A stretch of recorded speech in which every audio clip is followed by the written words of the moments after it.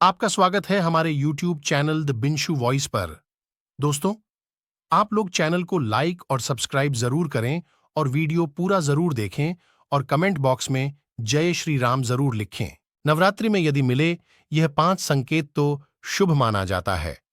नवरात्रि के शुभ अवसर पर मां दुर्गा को प्रसन्न करने के लिए उनका व्रत किया जाता है और सुबह शाम घर में दीपक जलाया जाता है, जिससे मां दुर्गा प्रसन्न होती है और घर में खुशियां और सुख समृद्धि आती हैं।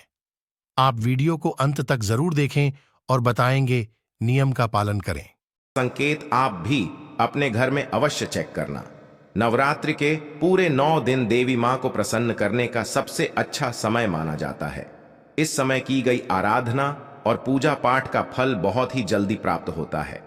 नवरात्रि में मां दुर्गा चैतन्य होती है, इसलिए इन दिनों में की गई सच्ची भक्ति का परिणाम माता दुर्गा हमें तुरंत दिखा देती है। इस समय गलत काम करने से चैतन्य होने के कारण माता रानी हमें यदि हम बुरा करें तो बुरा परिणाम भी तत्काल दिखाती है, हमें दंडित भी करती है।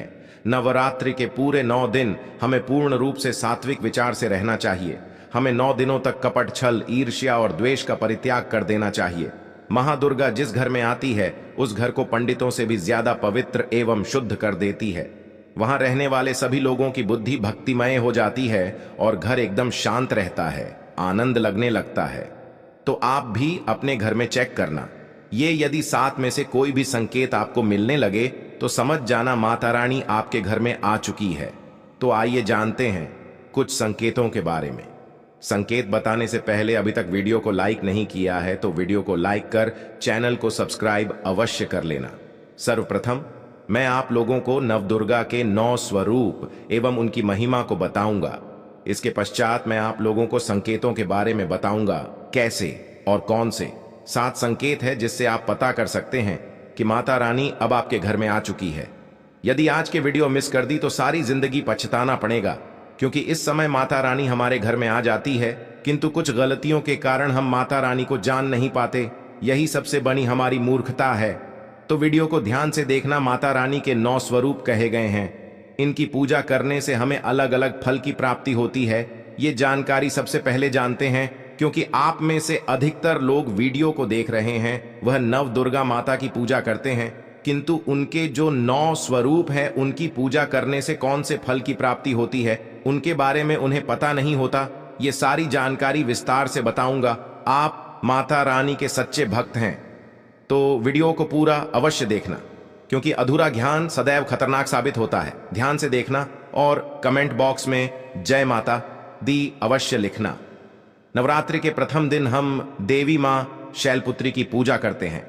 नवरात्रि में जो माता का प्रथम रूप है वह है शैलपुत्री। तो शैलपुत्री के लिए बोला जाता है ये पर्वतराज हिमालय के घर में पुत्री के रूप में उत्पन्न हुई थी, इसलिए इनका नाम शैलपुत्री पड़ा है। नवरात्रि के हम माता शैलपुत्री की उपासना करते हैं। वृषभ में माता शैलपुत्री स्थित रहती है। वृषभ इनका वाहन है। यह अपने हाथों में खड्ग, चक्र, गदा, धनुष, बाण और श्रम को धारण करके संपूर्ण आभूषणों से विभूषित होती है। मेलमणि के समान क्रांति युक्त 10 भुजा माता की है। 10 चरण वाली है। इनके दाहिने हाथ में त्रिशूल और बाएं हाथ में कमल पुष्प सुशोभित है। देवी पुत्री शक्ति, दृढ़ता, आधार पर स्थिरता का है। माता की उपासना करने से जीवन में स्थिरता आती है। तो यदि आप भी माता शैलपुत्री को प्रसन्न करना चाहते हैं तो आपके जीवन में स्थिरता आएगी। माता शैलपुत्री का जो बीज मंत्र है वो है ओम चंद शैलपुत्री। देवी नमक नवरात्रि के दिन हम माता ब्रह्मचारिणी की पूजा करते ही देवी ब्रह्मचारिणी की आराधना करने से कई प्रकार के मनोरथ की पूर्ति होती है। देवी ब्रह्मचारिणी इनका नाम क्यों पड़ा यह भी जान लेते हैं। तो भगवान शिव से विवाह करने के लिए प्रतिज्ञा देवी माता पार्वती ने कठोर ब्रह्मचारी का पालन किया। ब्रह्म का अर्थ होता है तपस्या और आचरण, उसका अर्थ होता है आचरण करने वाली। तो इस प्रकार ब्रह्मचारिणी का अर्थ हुआ और आचरण करने वाली। तो माता रानी ने कठोर तपस्या की। भगवान शंकर को प्राप्त करने के लिए इनके स्वरूप का सर्वप्रथम बखान जानते हैं। तो देवी ब्रह्मचारिणी के दाहिने हाथ में जप की माला है, बाएं हाथ में कमंडल है और ब्रह्म का स्वरूप है। देवी ब्रह्मचारिणी की उपासना करने से मनुष्य में तप, त्याग, वैराग्य, चार और संयम की वृद्धि है। माता की कृपा से ही सर्वत्र सिद्धि और विजय की प्राप्ति होती है। माता ब्रह्मचारिणी का मंत्र है, यह देवी सर्वभूतेषु ब्रह्मचरिणी रूपेण संस्थिता, नमस्तस्यै नमस्तस्यै नमस्तस्यै नमो नमः। नवरात्रि के तीसरे दिन मां चंद्रघंटा की पूजा करते हैं। इस देवी के मस्तक पर घंटे के आकार का केंद्र बना हुआ है, इसलिए माता का नाम चंद्रघंटा पड़ा है। इनके जो छंद हैं ये भयंकर है। घंटे की ध्वनि से ये सभी दुष्ट व्यक्तियों का न करती है, इसलिए माता का नाम चंद्रघंटा पड़ा है। इनके स्वरूप जान लेते हैं तो मां के शरीर का रंग स्वर्ण के समान चमकीला है। इनके 3 नेत्र हैं, 10 हाथ हैं। इनके कर कमल, गधा, धनुष, बाण, ठंडक, त्रिशूल और अस्त्र शस्त्र लिए हुए हैं। अग्नि जैसे बनने वाले हैं, ध्यान से जगमगाने वाली है। ये सिंह के आसन पर अरुण है तथा युद्ध में लड़ने के लिए अमुक रहती है। मां की कृपा से साधक के समस्त पाप, बाधा और जो परेशानियां आती हैं वे नष्ट हो जाती हैं। देवी की कृपा से जातक पराक्रमी और निर्भर होता है। यदि आप भी मां चंद्रघंटा की पूजा करते हैं तो आपको निर्भयता की प्राप्ति होती है। देवी मां चंद्रघंटा का मूल मंत्र है, चंद्रघंटा देवी नमो नामा। नवरात्रि के चौथे दिन मां कुष्मांडा की पूजा करते हैं। अब कुष्मांडा क्यों पड़ा है, नाम से भी सुन लीजिए। यह माता कुष्मांडा है क्योंकि माता ने ही सृष्टि का निर्माण किया है, इसलिए माता का नाम कुष्मांडा पड़ा है। माता रानी की 8 भुजाएं हैं और यहां 8 भुजाएं कई प्रकार की है। यहां 8 प्रकार की सिद्धि को अपने हाथों में प्रदान करने वाली कही गई है। इनका वाहन सिंह है और कुष्मांडा माता की आराधना करने से जातक के समस्त रोग और शोक जो होते हैं मिट जाते हैं। माता हमें आयोग, यश और बल तथा आरोग्य प्रदान करती है। माता का मूल मंत्र है कुष्मांडा शर्मिंदा, नवरात्रि के पंचम माता। इसका आनंद माता की पूजा करते हैं। शैलपुत्री ब्रह्मचारिणी बनकर तपस्या करने के पश्चात भगवान शिव से विवाह किया। अंतर स्कंद उनके पुत्र बने, अर्थात कार्तिकेय जो हैं उनके पुत्र बने, इसलिए माता स्कंद माता कहलाए। इस स्कंद भगवान को अपनी गोद में सदैव बैठे हुए माता रहती है, इसलिए इनका नाम स्कंद माता पड़ा है। और इन माता की उपासना करने से समस्त इच्छा की पूर्ति होती है और परम शांति की, परम सुख का अनुभव होता है। इनकी पूजा करने, आराधना करने से सभी प्रकार की वस्तु की प्राप्ति होती है, ऐश्वर्य मिलता है। यदि आप मां की पूजा करते हैं तो ऐश्वर्य की प्राप्ति होती है, सभी प्रकार की सिद्धियों की प्राप्ति होती है। आइए जानते हैं माता का मूल बीज मंत्र, ओम देवी स्कंद माता नमक। ये माता का मूल बीज मंत्र है दोस्तों। इसके पश्चात नवरात्रि के 6ठे दिन देवी कात्यायनी की पूजा करते हैं। मां दुर्गा के 6ठे रूप को मारकाट कात्यायनी के नाम से जाना जाता है। आरसी कात्यायनी कठिन तपस्या से प्रसन्न होकर उनकी इच्छा अनुसार उनके यहां पुत्री के रूप में पैदा हुई थी। आरसी कात्यायन ने इनका पालन पोषण किया था, इसलिए माता का नाम काठ यानी पणा है। माता की भक्ति जातक को अर्थ, धर्म, काम और मोक्ष चारों फल प्रदान करती है। साधक अलौकिक तेज और प्रभाव से युक्त हो जाता है। इनकी पूजा करने के पश्चात माता को जो मूल बीज मंत्र है वह इस प्रकार से है। ओम देवी कात्यायनी इस मंत्र से जाप करके माता को प्रसन्न कर सकते हैं।